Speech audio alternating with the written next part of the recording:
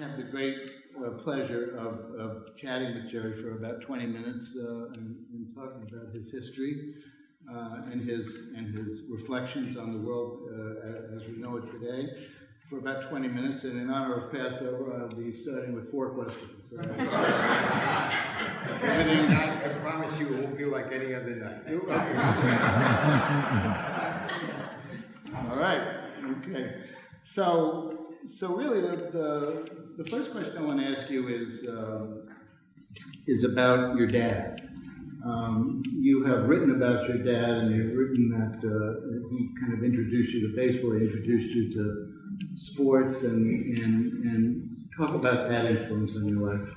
Well, my dad was a professional baseball player for about 5 years, and I think sometimes they were the happiest day of his life because he thought for sure he was going to wind up playing second base for the New York Giants, but he never did. Right. And he was the kind of guy who led by example, and more importantly, never pushed me into sports doing anything. But he helped me if I thought I wanted to do something with it. And I remember I was about 8 years old, and he said, "You got to get your first baseball." So it was snowing, and I remember the sound of it. We used to have chains on the buses, and they would always snap. And you'd hear the bus coming down Broad Street, boom, boom, boom, boom.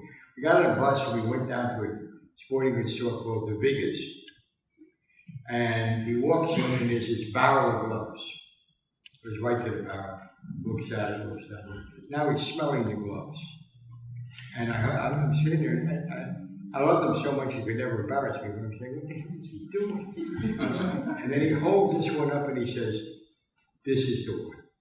Puts it in my hand, pays for it. I'm looking at the glove, and on the heel of the glove, there's always a guy. In those days, they probably got $10 a glove, Major League ball players, But the endorsement on the glove was a guy named Gleason, Jimmy Gleason, who had played center field for the Bears, local baseball team, and was sold to the majors and played for the Chicago Cubs or White Sox, whatever. But I'm looking at it now, I'm Jimmy Gleason. This is my glove, Yeah. So we go home, and it's snowing like hell. It's really snowing. We go into the house, and my father says, "Now look, we're not going to play with this today. We're going to, boom." And he says, "What we're going to do is, you go down the basement, there's a can, and it says, needs foot oil. Bring it upstairs, get newspapers, lay it out. We're going to soak the glove in needs foot oil. We're going to take a baseball and put it in the pocket. Then we're going to take a belt, we're going to wrap it around it. We're going to put it on a shelf, and say, you know what we're going to do? We're going to leave it there till next spring." So he looks at me and he says, "Ah, the hell with it, come on." Unwraps the glove. Out we go into the alley. It's snowing, huge. Always, old men always say, everything was colder, everything was bigger. The snowflakes were that big. And so I'm looking up at all this thing falling down from the sky, and we're going to play catch. All of a sudden I hear the lady of the house at the window.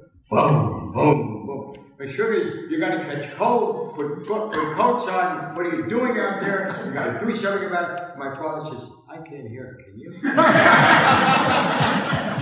And then he says, and I'll never forget this. I use this in a book. So if I can't steal from me, who can I steal? He says, "Okay, Jimmy Gleason, let's see what you got."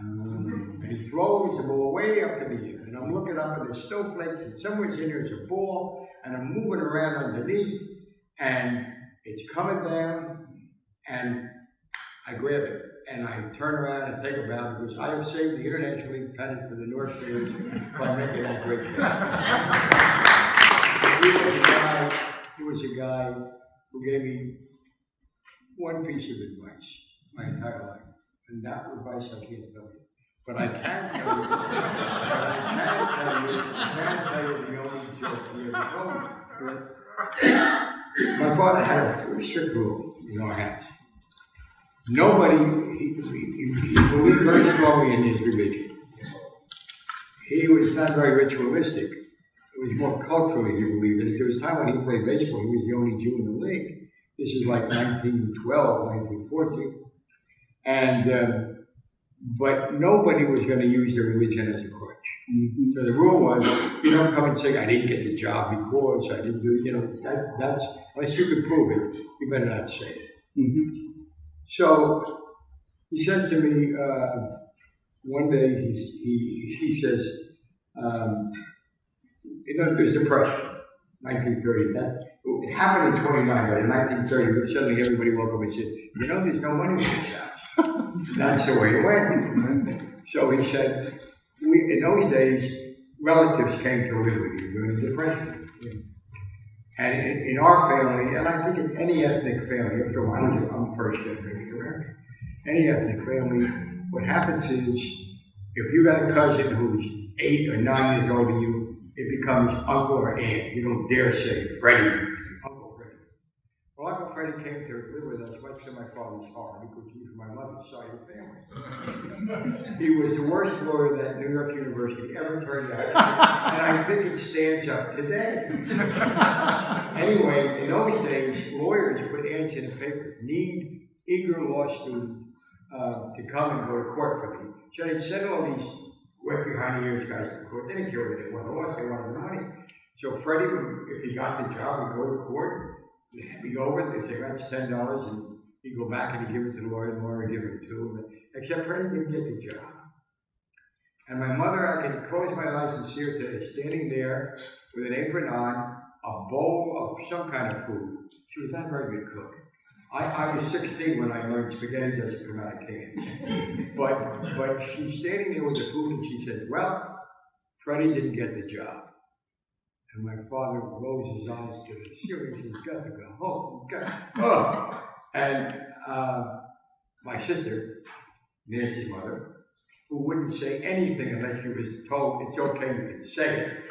She's eating and she knows that something's going to come up because her snotty brother's going to do something.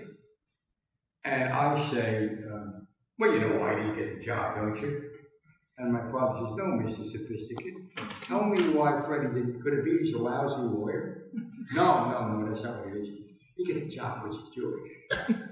My father looks at me like he's scraping something off the bottom of his shoe. And he said, listen to me carefully. He said, nobody in this house uses that as a crutch. And furthermore, how do you know this? Well, everybody knows that sort of thing. He said, I'm going to tell you a little story. And it was the only joke he ever told me his whole life.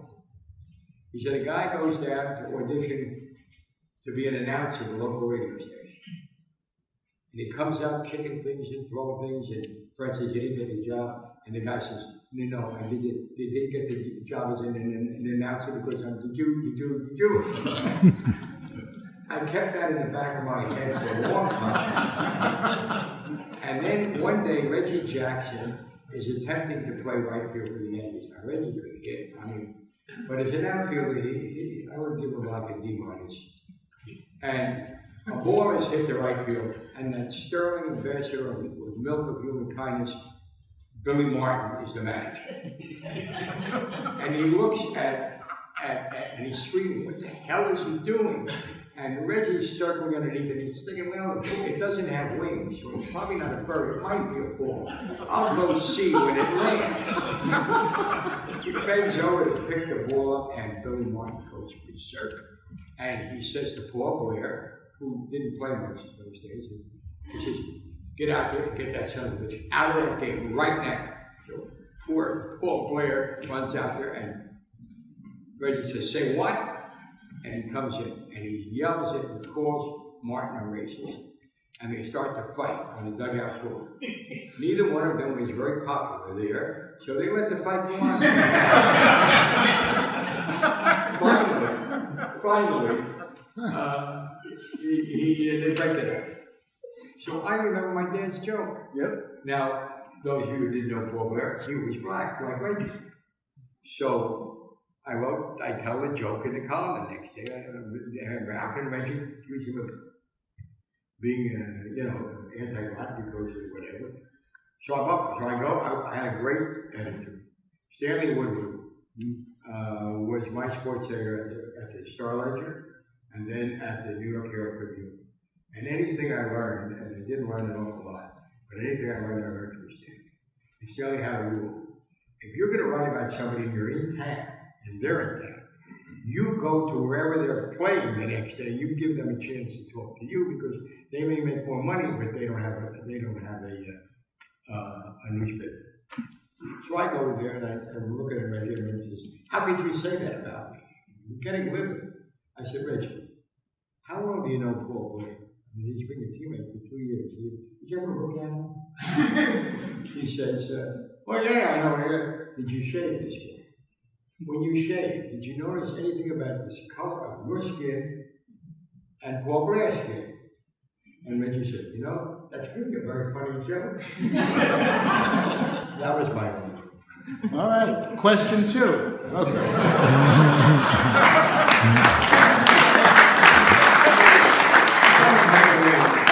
If we go into space, we're going to hold the International Jewish Sports Hall of Fame breakfast at 7:30. No, we might serve dinner, which could be a plus, right? So you once said about Newark, you said, "I owe a lot to this city. That if I had the chance to grow up again, it would be here," right? That's true. So you love Newark. But it would be, I would say it would be here, the city I grew up in. Been a lot of changes, and people will mistake what I'm saying. The changes have been, well, probably because the city didn't keep advancing into the future. But the city was, look, if you're a kid and you got a half-ass interest in sports, where else would you want to grow up? We had a professional boxing match 52 weeks a year. We had an arena called Laurel Garden, which was nicknamed the Tub of Blood. We had Rupert Stadium where the Newark Bears baseball team played. We had the Armory where Canaro broke into the United States. And we had they held some fights outdoors at a place called Meadowbrook Bowl, which is the first Friday night show. And so you had that. You had harness racing in Weequahic Park. And in those days, after dark, I learned a lot of things in those parks. But that's another story. Tonight. Also, we had the Griffith Music Foundation sponsored a series of concerts in which I ushered for $6 a night. Ferruccio Tamburini, Peter Tassi, Fritz Kreisler, Arturo Rubinstein. People like that came to Newark and performed every single week for 13, 15 weeks. I had one of the prime jobs because I could usher in the orchestra. And those days money was still tight. And frankly, that was the only place you got tips. So I didn't want to go there. But I have to concede to all of you because you're not going to tell anybody else's story. I was a hustler.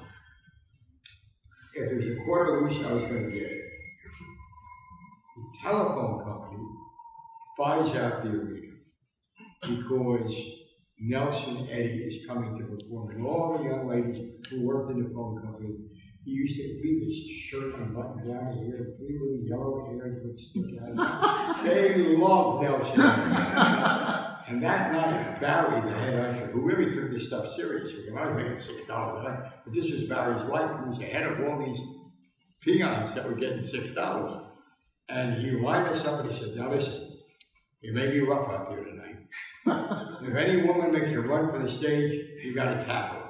Well, I'm always for that, right? I was a college kid and I had it all. Right? Well, I'm seeing these ladies in the audience and they're talking, "Oh, he's so cute. Oh, I love Nelson Eddy.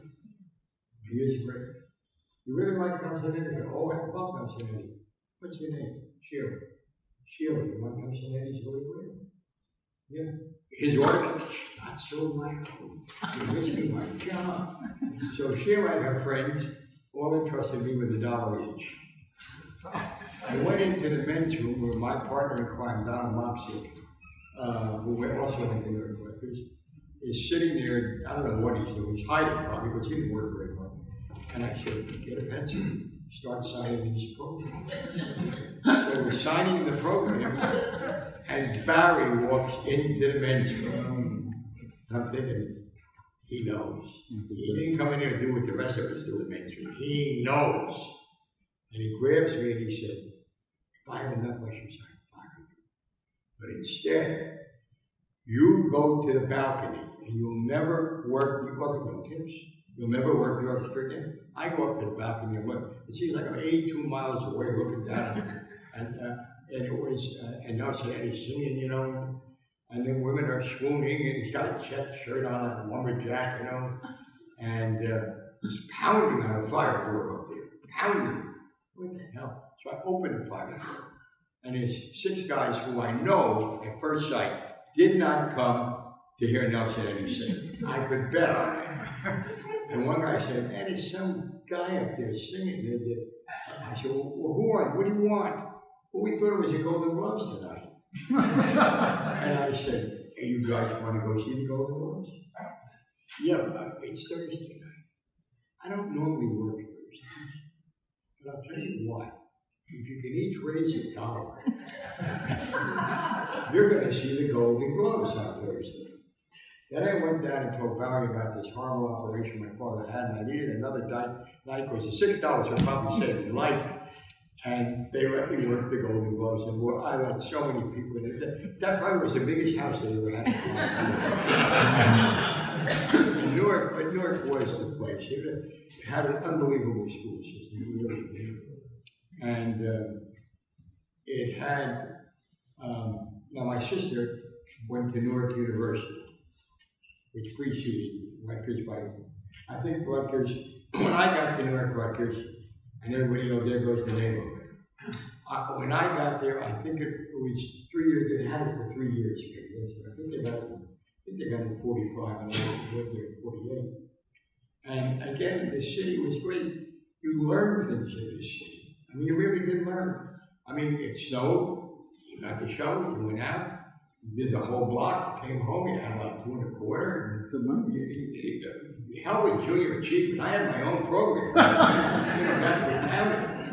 And it was great. You could go anywhere. You could do it. This was a city that had a team called the Newark Bears, a baseball team owned by the Yankees. And in 2001, it was voted the greatest minor league franchise in the history of baseball. Wow. And I learned how to sneak into that park when I was 8 years old. And I'm very proud of that. What about the Newark Eagles? Well, I'm going to tell you about them. Right. The Eagles came in when the Bears would go on the road. And when they went on the road, the Eagles were local acting in the Eagle National League. They would come in and play. So I'm sneaking in as usual. I didn't pay much attention in school. I mean, I probably spent more time in the ballpark than I did in school. And there's this team with Newark on the check. What guys are going I'm saying, what are these guys? I think I knew Newark. I'm not looking for Newark. That's my home, right? So now I'm going back, and really very often I might have been the only white guy in the stadium at times, because they didn't have the money to advertise the games, you know, they had a hardcore great fans. And that's where I first met Monty Irvin, who died this year, and Larry Doby, who I gave the eulogy at his funeral. Monty broke the Giants color line, Larry broke the American League's color line. And it was just marvelous. I have to tell you a quick story about that. The ushers knew what we were doing, but if we stayed in the bleachers during the week, they left us alone. But if you made it into the grandstand, it was a point of honor. You were going out of the park. Well, I kept trying. I'm in the grandstand one day, and I find a program on the floor. I pick it up. I got a pencil. I'm leaning over the rail, and this guy, who shall remain nameless because I was a snotty kid and I was wrong. He became a major league pitcher later. I hold out the scorecard, sign. I mean, you could say, not today, kid, not today, kid. When you're 8, 9 years old, you don't realize that these are people. Sometimes they get constipated. Sometimes they have a fight with their wife. Sometimes they just don't feel like playing baseball. But he was a Newark Bear. Yeah, that was not going to be his privilege. He's going to sign this thing for me. I probably had his name scribbled on 20 pieces of paper by then. And he got so angry, he took the scorecard, tore it in half, and threw it on the ground. Kept walking.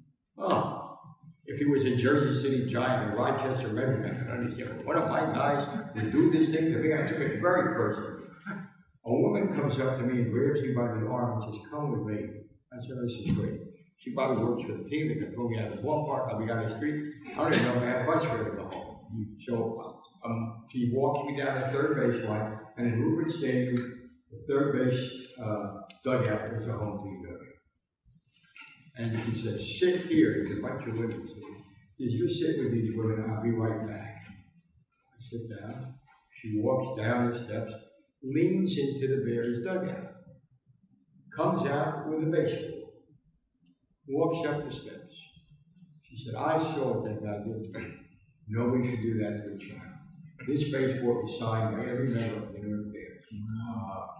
Puts it in my hand. And she says, "Ladies," and she says, "these are the wives of the players.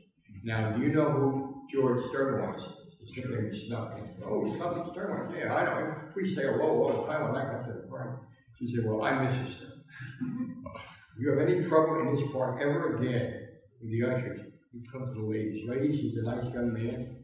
His name is Jerry, and help him out if he gets in trouble again." Great story, but it's got an ending and a double ending. First ending, he goes to the major leagues. He plays for the Yankees. He wins the American League batting title during the war with the lowest average in the history of American batting. 290 over 300. And he retires. I forget it. I go about my life getting in trouble, out of trouble, convincing Mr. Newhouse's people that they should hire me. They finally do. They make mistakes too, once in a while. So now I go into the wire room. I'm in my car. There's nothing going on, and we had a room. Your ears could fall over. You see it in all the great B movies with machines bouncing and everything. And I see something. The railroad bridge over Newark Bay was left open, and the worst train catastrophe in the history of the city of Newark takes place. I think it was 70 people died, maybe more. I'm looking at the names. George Sternweiss is on the list. So I sit down and I write a column about my baseball goddess who was married to George Sternweiss. About 2 weeks go by and I get a neatly typed envelope. I open it up. It's in ink. I cannot read one word. And there's a little note that says, "I am Mrs. Sternweiss's nurse. She wants you to know that she never forgot you, and she so appreciates what you did."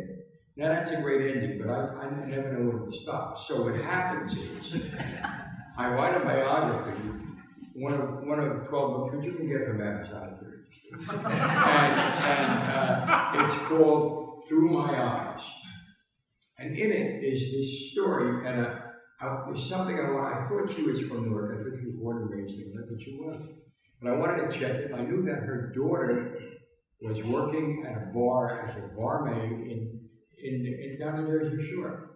I called the bar and the guy said, "She doesn't work here anymore. She comes in every Friday. Give me your phone number, I'll call you for you." I'm sitting at my desk. Phone rings. I'm looking for Jerry Izenberg. I said, "Yeah, that's me." At last, the little boy with the baseball, we meet at last. She said her mother told her that story 1,000 times. So I had that growing up. We had a minor league football team called the Newark Bears, the first incarnation. There were others later that really didn't matter. But this team was owned by the Chicago Bears.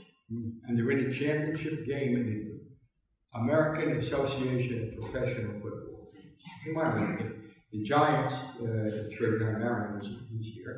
The Giants owned Jersey City. Somebody owned the Panthers, I forget who it was, and the Chicago Bears owned the Newark Bears.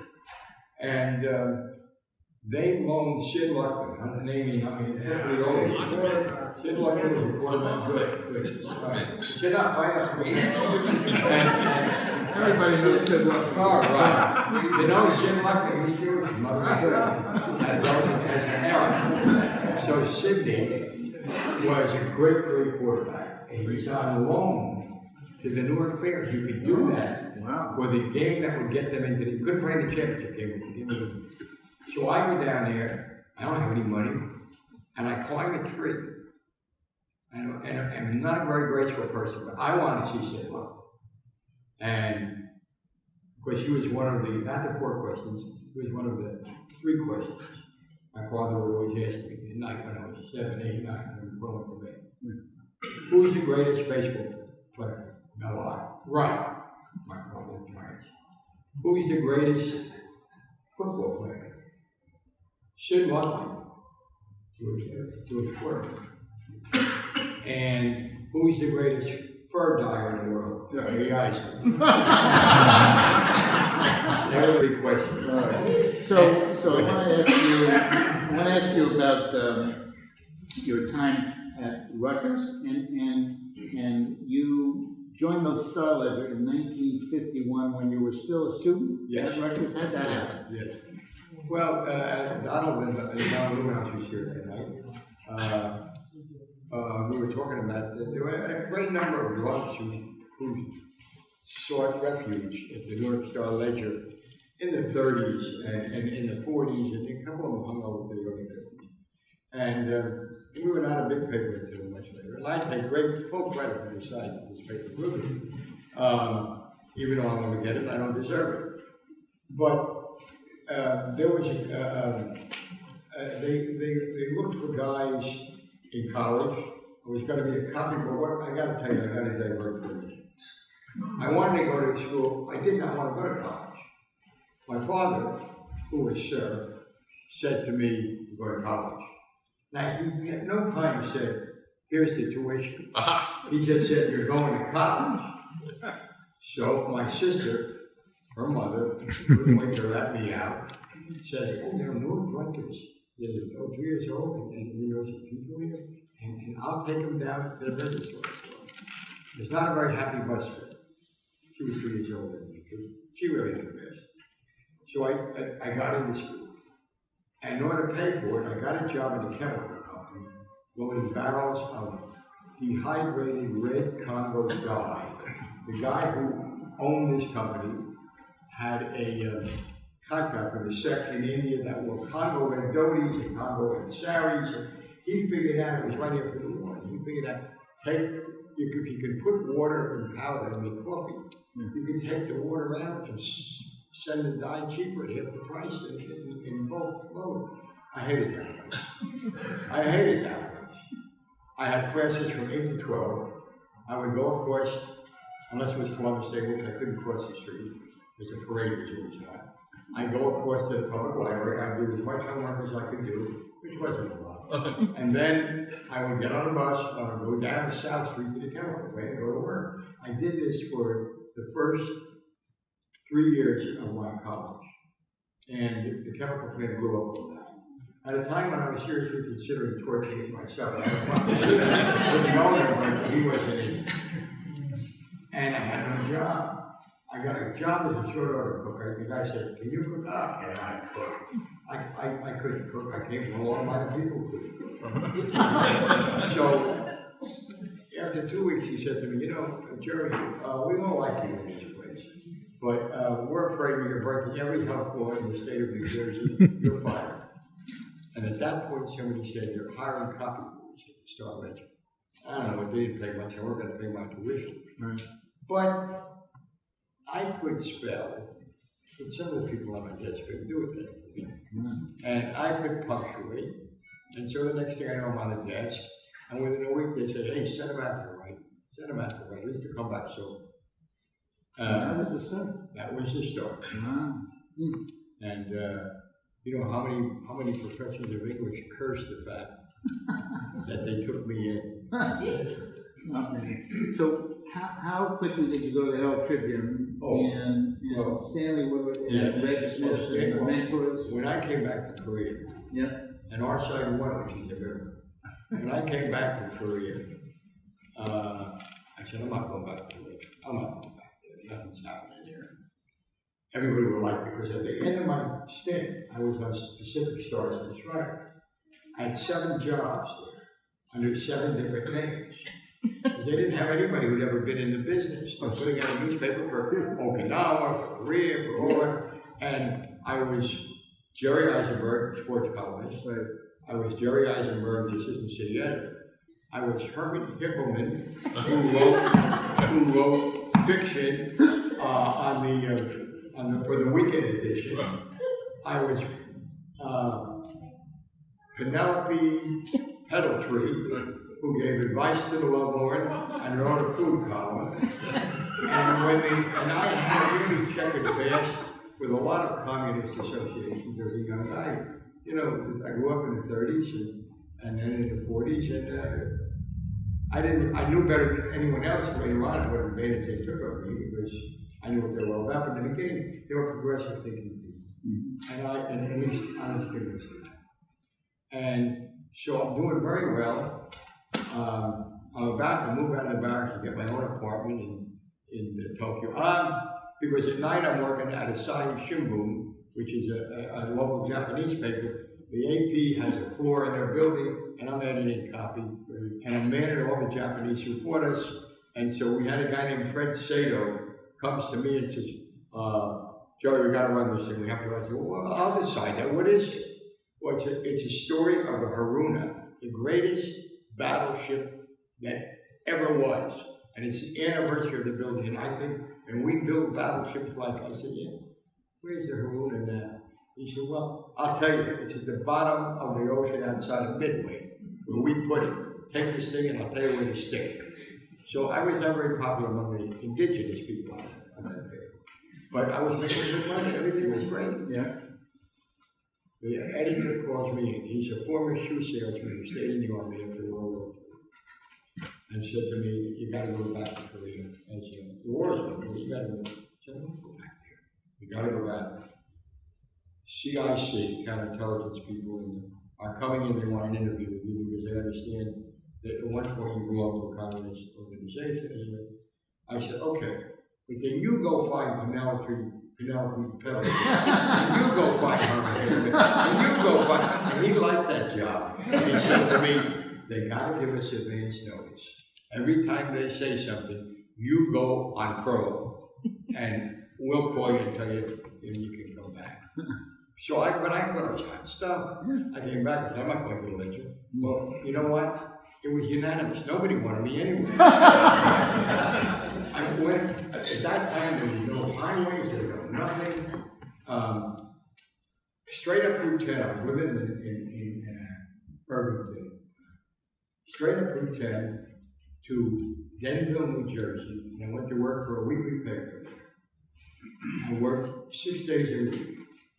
I sold the ads, I wrote all the stories, I took all the photos with an old speed graphic. And then on Wednesday night, because every weekly paper comes out on Thursday, Wednesday night, along with the owner, on an old flatbed press, we printed the damn paper, wrapped it up, and then on my way home, I left it at the stops where the kids would come and pick it up. And for that, I got $62.50 a week, and I also got the next day off. And I couldn't take it anymore.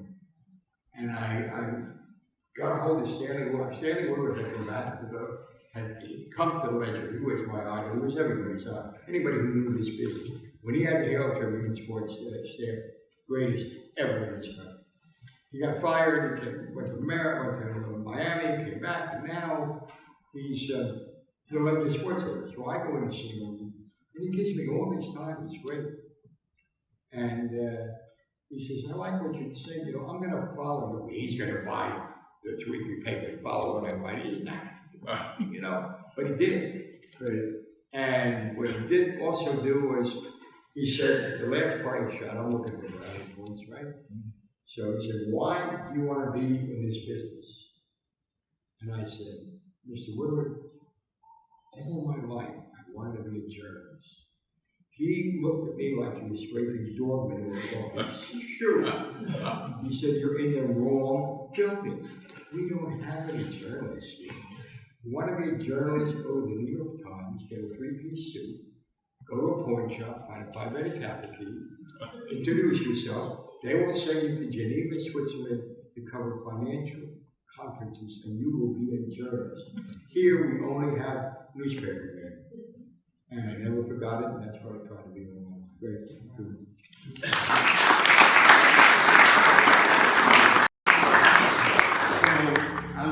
I would be delighted to sit here all night and talk to you and listen to you. but there are other people who want to say things to you and about you. But I ask you one more question. Thank you. The fourth question. It's hard to get an audience. Right. You always have an audience here. So one more question, and it's a newer question, and that is, you have, as I've read and understood, a real Jewish identity, but I understand that Rabbi Prinz was somebody who helped you define that. Talk about that. I'm going to jump to the question because that's what I plan to say after I get my award. Okay, fair enough, all right. But I just want to add, Yes. Newark Rutgers. Newark When I Rutgers. say, it's Newark Rutgers.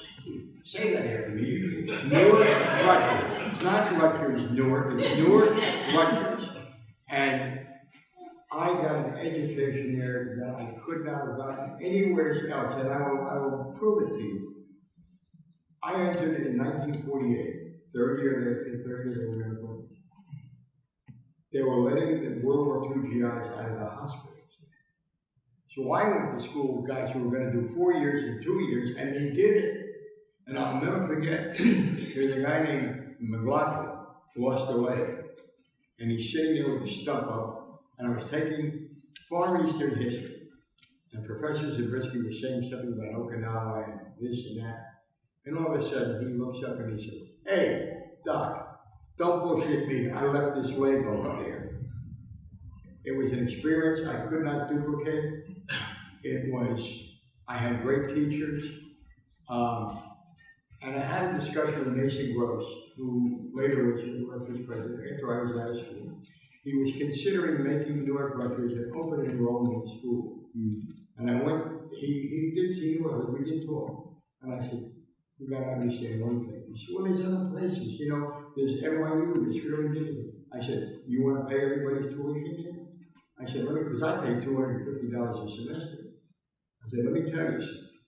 If you do that, you are spitting in the face of every son or daughter of a blue-collar worker in Essex County, Union County, and we only didn't spread around, we were small then, And he said, "You're right."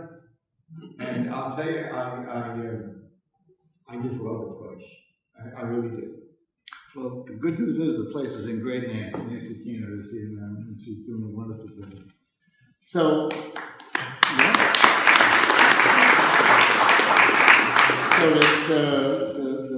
the history of Great Star Ledger columnists is continuous, and we have one here who wants to say a word to you. So please welcome Mark Diono. Mark.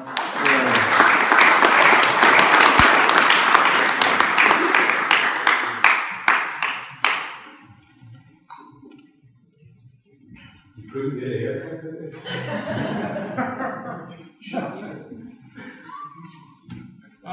This is a great segue into the Rutgers Newark topic here, because I had Jerry as a student at Rutgers Newark. I was out of the Navy, and I think because we were both military veterans, we had a good rapport. And he was my teacher and mentor. And one of the things that Jerry taught me right away was that, like many young men my age, we grew up reading Jerry Izenberg, and here he was in front of me teaching. And at that point in time, I was a part-time sports writer at one of the county papers, and Jerry really took me under his wing at that point and made me feel very included in the whole New York sports writing scene. And I remember him arranging for credentials for me to go to big fights and big events that my paper wouldn't normally send someone.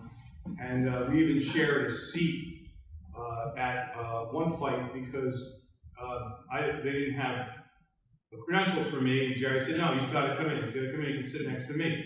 And so we were sitting next to each other on the same seat. We're sharing the same seat. We were both a lot younger then.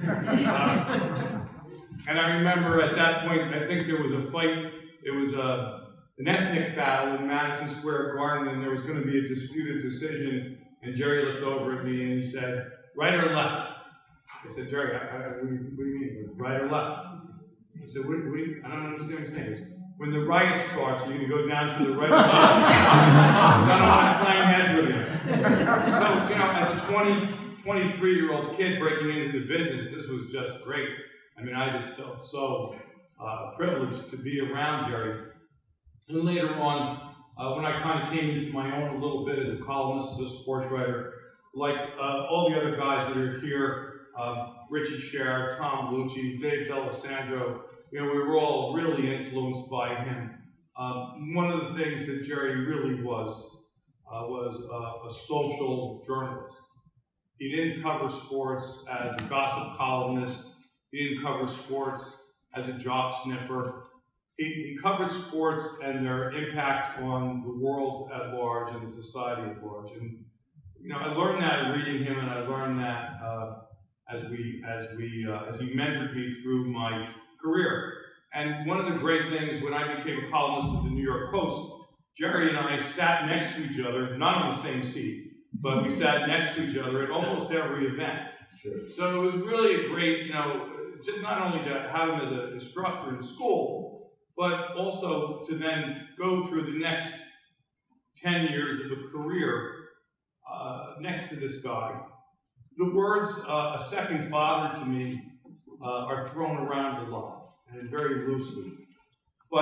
And I love my father very much, and he's a terrific guy, and he's still alive and an influence in my life. But really, Jerry was like that. He was like a second father to me. He was my professional father, a great mentor. And I always tell this story about when I was now a news columnist here, and there was a fire at Seton Hall, and it was a very contentious trial and everything.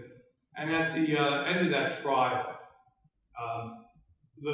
at the sentencing, the New York media descended on the place, and they were picking people to go in. And there was a young guy there from the Seton Hall newspaper who had been covering the trial every day, and I'd seen him. So I knew I was going to get in. And as the sheriff's officer, among those guys who decided who to get in, I took that kid and I said, this guy's got to get in. And I pushed that kid forward. I'd never, you know, the kid really didn't know me. I didn't really know him. I said to the sheriff, this kid's got to get in. He covers it for the university paper. And I was the last guy let in, and I sat on the same seat next to that kid through the whole duration of that sentencing. And I know that kid's going to tell that story someday. He might not remember who that guy was, like I remember it was Jerry Izenberg. But that's what Jerry kind of taught us, you know. Take care of the young guys. Teach them, bring them up right, help them learn how to write, help them learn the ethics of journalism, what to cover, how to cover it, be smart about it. And you couldn't have learned it from a better guy. He's the best there is. And I'll never forget those lessons of ethics, of what's really important, and how to impart those lessons with the next generation of journalists.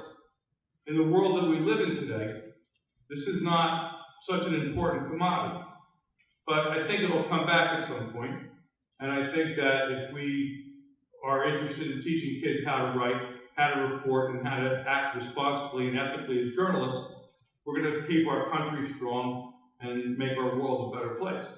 Jerry's one of those guys that made that happen, and it's just really been a privilege and an honor to be your whatever it is I am to you.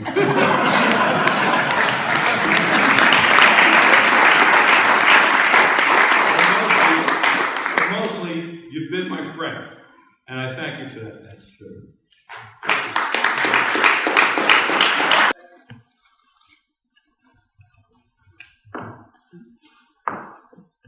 I gotta laugh. Jimmy told me, don't let it go too long. I'm sitting there thinking, wow. You really mean that? I thought it was going to be a different format. I didn't understand it to be this kind of format. But when Jerry asked you to do something in this way, you don't ask them any questions. You say yes. But I thought it would be more of a speech as he was being inducted into obviously the International Jewish Hall of Fame, not in this kind of setting. So I guess I won't use this because it's not as appropriate as I thought it was when I wrote it. The best thing that, for me, look, we all have our different vocations. I'm in the tough business, I'm in the boxing business, and been in it for 40 years. And I think that I heard the word commodity a moment ago. And one commodity that is not overly present in the business of boxing is trust. I think that the greatest thing that you can say about somebody from where I come from is if you completely, unequivocally trust them. Many years ago, I was in a situation where the only person, the funny thing is, I was a sports person, just like a lot of people here, and like obviously Jerry. But Mickey Mantle was not my hero. All those great ball players, Willie Mays, players that I remember as a kid that I watched and meant something. Even guys like Frank Tomlinson, that's why we took him to a game in Yankee Stadium when he played for the Giants. But they weren't my heroes. My hero was my father. And very quietly. But he was a doctor. He was a general practitioner. Back in the days before specialized medicine. He did everything. Took surgery, took care of everything. And even though I heard you mentioned in a sort of funny way, NYU was a very good school. That's where he graduated. And he interned at Bellevue. And as he said to me one time, when we got down in Bellevue, we were ready to go. And my father, when he was an intern, he saved a very obese woman's life. And when he did it, at the time, he didn't realize it, but he got a hernia. And it became a double hernia. But he never took time off, and for 35 years he carried it around. He got up early in the morning, he did house calls, he did house calls late at night, and he actually founded 2 hospitals. He founded a hospital called Sunnyside Hospital in Staten Island, New York. It had 22 beds in it. It lasted for 23 years before the Arizona Bridge was built. And he founded it for one reason, so that poor people could get proper hospital care that could not get it. There were no HMOs, there's no Obamacare, there's none of those things back in those days. He had a doctor when he did. And he started, the reason that he came up with the idea to build a hospital was that on Wednesdays he used to do free tonsillectomies. Now, I don't know if you guys remember, but for some reason, back in the old days, everyone had to get tonsillectomies. I don't know why, when that stopped. But it stopped at some point. But when people had to get free tonsillectomies, if you didn't have a doctor, you had a problem. And so Doc Atlas, my father, did free tonsillectomies on Wednesdays in his office. And he put down pillows, he put down mattresses, and blankets, and he made a makeshift operating room, and he operated on these kids. And the word got around, and before you know it, there was a line waiting on Wednesdays to get free tonsillectomies. He would hold them during the day, make sure they didn't hemorrhage. And in fact, years later, he gave me some of the coagulants that he used to use for the tonsillectomies, and I became known as one of the greatest cut men in the history of boxing. And on ESPN, the announcer said, "Wow, he is some cut man. He stopped that bleeding." Well, he used to stop my father using tonsillectomies, and never used it again after that. But he did these free tonsillectomies, and it went on for years. And finally he said, I gotta do more, I gotta go to the hospital. So he went and built Sunnyside Hospital, where people would be taken care of on the cuff.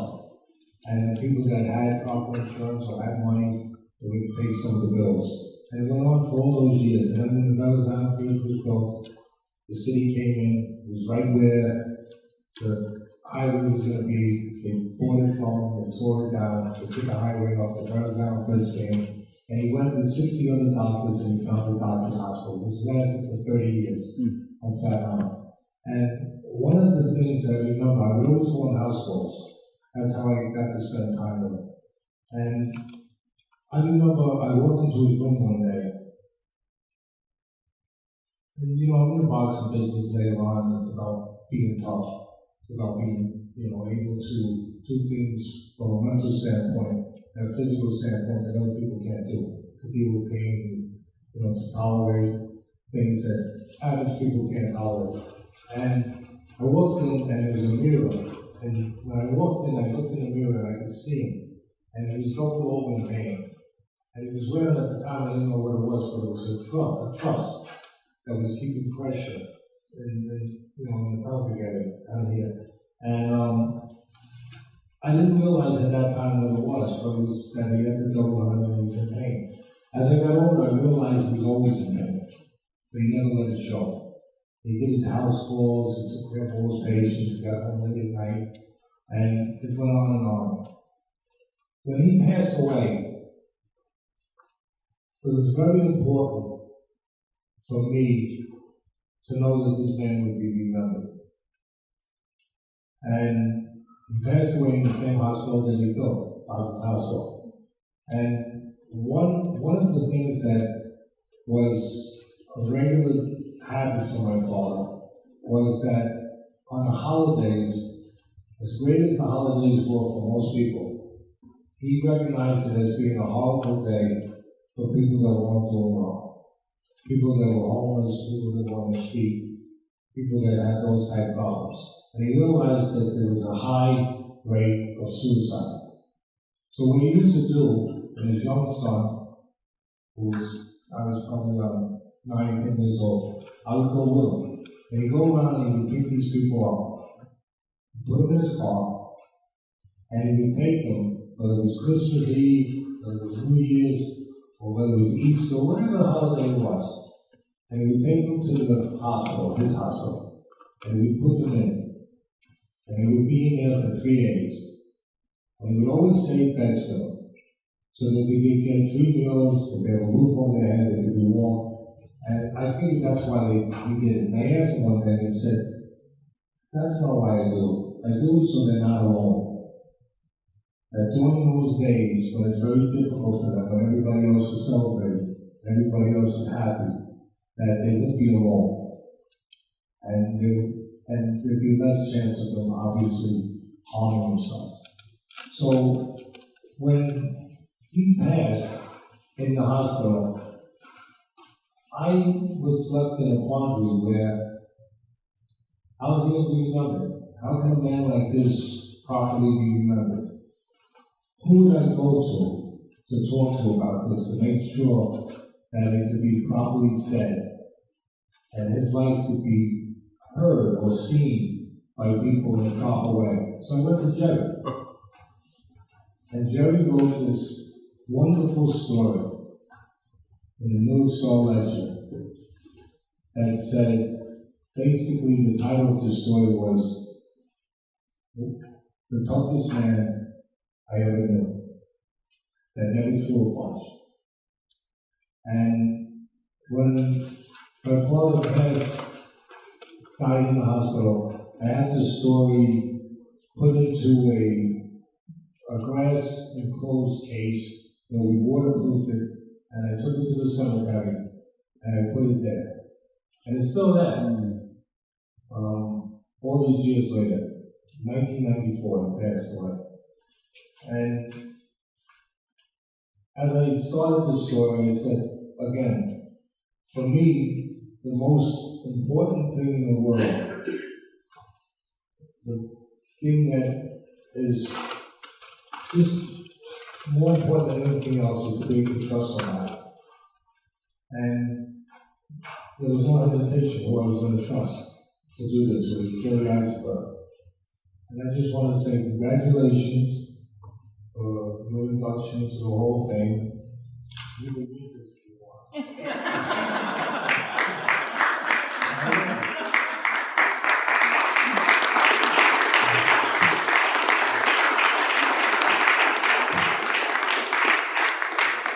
Thank you. I gave one circumcision. It's not going to hurt a bit, I promise. So please, everybody, welcome from the International Jewish Sports Hall of Fame, two members of the Board of Trustees, Jay Blumenfeld and Jeff Bookings.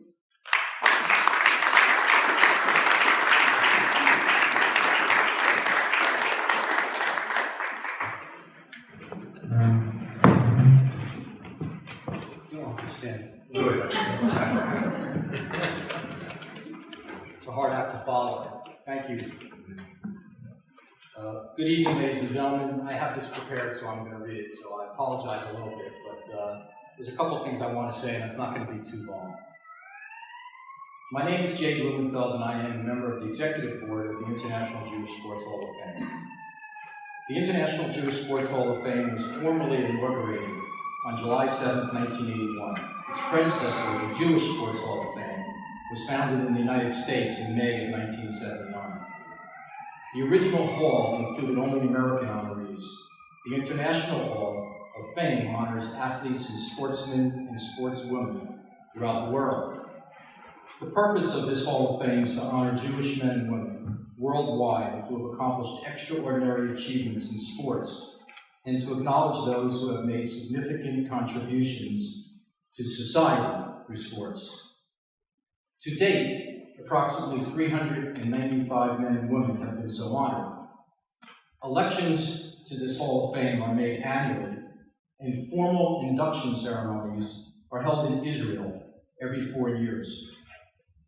The International Jewish Sports Hall of Fame has a museum located in the Wingate Institute of Physical Education and Sport, located 4 miles south of the city of Netanya, on 120 acres of verdant landscape overlooking the Mediterranean Sea.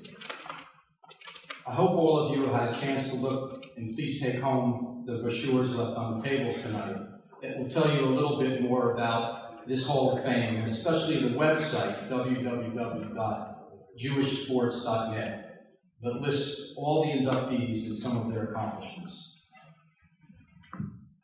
Jerry here was elected in 2014. The next ceremony will be held on July 4th, 2017, next summer, during the 20th World Maccabee Games, commonly referred to as the Jewish Olympics.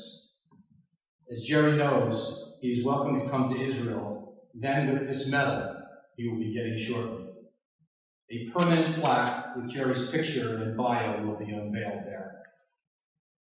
Jerry was nominated and championed by Murray Alderman, himself an elected member of this Hall of Fame, as well as the NFL and NBA Halls of Fame, as a columnist and cartoonist. Murray asked me to say these words tonight to you, Jerry, on his behalf. Quote, "You've come a long way, Jerry. For someone who started out misspelling Isenberg, but seriously, you've been a mountain of iron for all these years in sports journalism. I applaud you," end of quote. Thank you. I have been asked to present the medal to Jerry, whom I have admired for a very long time, both reading his columns in the newspaper since I was in high school and watching him on TV, as well as getting to know him personally in recent years. I don't have to tell many of you here tonight that conversations with Jerry always lead to stories that almost are never ending, but always funny, informative, and quite a history of sports lesson. Because all of you here have been handpicked by Jerry, there is no need to list all of Jerry's accomplishments, because I am sure most, if not all of you, are well aware of them. Jerry's the author of 12 books, with another on the way. He is smart, funny, witty, honest, talented, and he's so very famous. At this time, Jeff and I Jeff's also a member of the Executive Board of the International Jewish Hall of Fame. We'd like to make this presentation to you, Jerry. Now you can get up.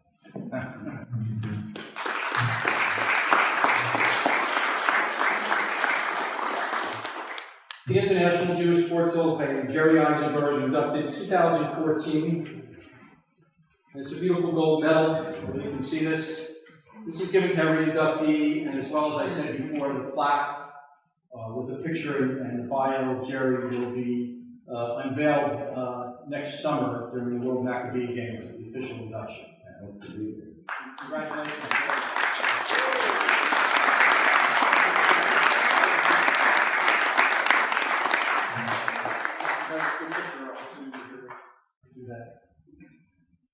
And I think Jerry has a few words tonight, don't you, Jerry? Okay. Thank you, sir.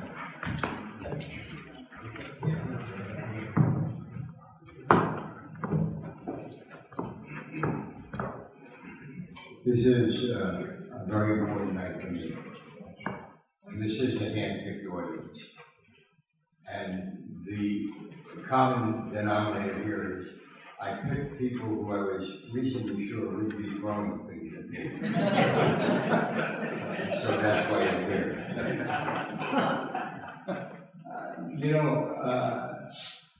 I always talk about my own man so much, but he used to sit on the porch at night in the summer, and get an old Philco radio, and he would battle 3 or 4 times a day when he comes to life. And he listened to the New York baseball giant, because that was the team he thought maybe one day they would bring him up, which they never did. I don't know how good he was, I never saw him play. But you could always find him at night. Well, the year was 1943, and several years earlier, Dr. Joachim Prince, who later became the rabbi at B'nai Abraham, which was situated on the end of the block I grew up on, Chamonix Avenue. He came to the United States maybe 2 or 3 jumps ahead of the knock on the door. And he came here as though he were entrusted with, hey, you guys weren't there, and some of you didn't pay attention, but I never want you to forget what happened there. I never want you to forget what it's about. And he became a firebrand of a rabbi, great human man. And he would sit on the porch, because he lived around the corner, my parents were among his first friends in this country. And he would sit on the porch with my mother and they talking, while my father would be listening to the ball game. There living room was directly behind the porch, and the window to the summer was open, everything was open. There was no air conditioning or nothing. We lived each summer on what we call Jewish air conditioning. I had an uncle who came in the car, left all the windows open, and drove very fast in the country so we could cool off. Anyway, I'm in the room behind the porch, and all of a sudden, Dr. Prince turns and he says to my father, Harry, I need a favor. And my father says, not now. Melod is coming back. I am convinced that if the Messiah for which we are all waiting would show up on the porch at 80 Chamonix Avenue in those days, and he would say, Harry, we got to have a talk. My father would say, no, Melod is coming back. After Melod did whatever it was he did, Dr. Prince said, Harry, I want you to teach me about baseball. And my father said, I didn't think you cared. And Dr. Prince said, I don't. But I have a son who's an American. And I want him to love the game as much as you do and to understand it the way America does. He said, not much I can do for you in return because we don't see you much in the synagogue. And as a matter of fact, I only saw my father twice in the synagogue. The day I was bar mitzvah, the day he was buried. But he was what I would call I hate to use the word cultural because maybe misunderstood, but a cultural Jew more than a ritualistic Jew. And as he told me once, I went to Israel, I was the only Jew, so he got a pretty good education about what America was all about at that point. Anyway, we're not talking about him anymore. he turned to my father and he said, "Sir, I have a lot of hope of helping you." He said, "But here's what I'm going to do. I'm scheduled to go on vacation in September. And I'm hearing from this. But I know Jerry's going to be bar mitzvah in September. So I will postpone my vacation and I will personally bar mitzvah Jerry." And I'm thinking, oh, great. I had a shot at getting out the back door, and I know it's coming next. And he says, "Harry, tell him to come out here and bring his hot Torah with him."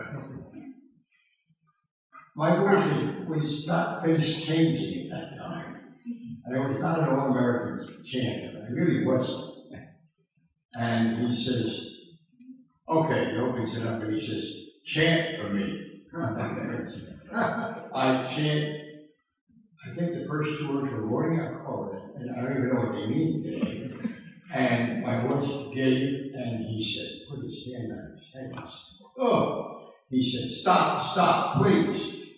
5 more like you will be slaves again in Egypt."